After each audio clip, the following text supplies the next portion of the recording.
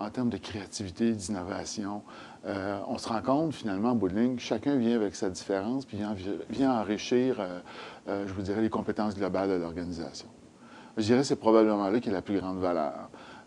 Favoriser l'ouverture d'esprit parmi l'effectif et finalement faire en sorte que RBC, c'est une organisation qui accueille tous les gens pour ce qu'ils ont à offrir et non pas pour ce qui leur manque. L'ensemble des membres de l'équipe a pu mieux comprendre quels pourraient être les défis qu'a à relever cette personne-là. Donc, ça veut dire notamment réaménager, je dirais un petit peu, ou réadapter l'environnement de travail, puis prendre conscience de nos façons de faire au quotidien. Quand on a une tâche à réaliser, quand on demande quelque chose à une personne, il y a peut-être des choses auxquelles on peut faire référence ou des choses qu'on peut faire différemment pour faire en sorte que chaque personne, quelles que soient les limitations qu'elles peuvent avoir, puisse réaliser son travail le mieux possible. On peut aussi également constater une plus grande capacité de s'adapter au changement. Évidemment, les employés sont confrontés à certains changements et ça permet de développer ce genre de capacité. Et c'est sûrement une force pour l'entreprise d'avoir cette capacité plus grande de s'adapter au changement.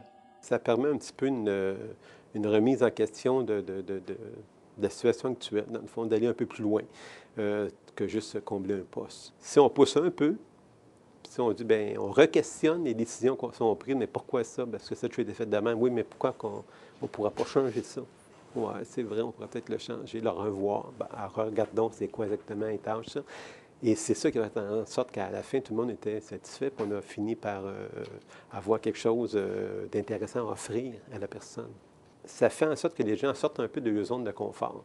Pour l'esprit d'équipe, c'est fantastique. On voit un sens de l'entraide évident et même chez nous, chez TD Assurance, on a une personne malentendante et on voit un esprit d'équipe qui se développe de façon toute naturelle. C'est un plus pour tout le monde. C'est un plus pour eux. Moi, j'ai vu le développement là, en 1 an et demi.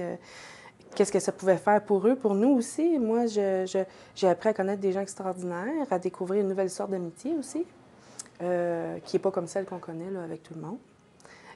C'est sincère. C'est des gens qui essayent du 100 % tout le temps au travail. Donc, ça me force, moi, à être souriante, à me dépasser. Je suis tout le temps contente de les voir là, le matin. C'est des amours. Ça désalourdit un petit peu le stress de tout le monde. Là, qu'est-ce qu'ils font? Ils le font bien, puis ils sont là tous les jours. Fait que ça, là, pour nous autres, c'est un plus. C'est pas juste une réponse d'affaires, je dirais. Je réalise maintenant la richesse que ça m'apporte. J'ai l'opportunité, dans le fond, d'en connaître davantage, puis de m'inspirer souvent des personnes qui arrivent avec un autre bagage ou qui arrivent avec des bagages, dans le fond, différents.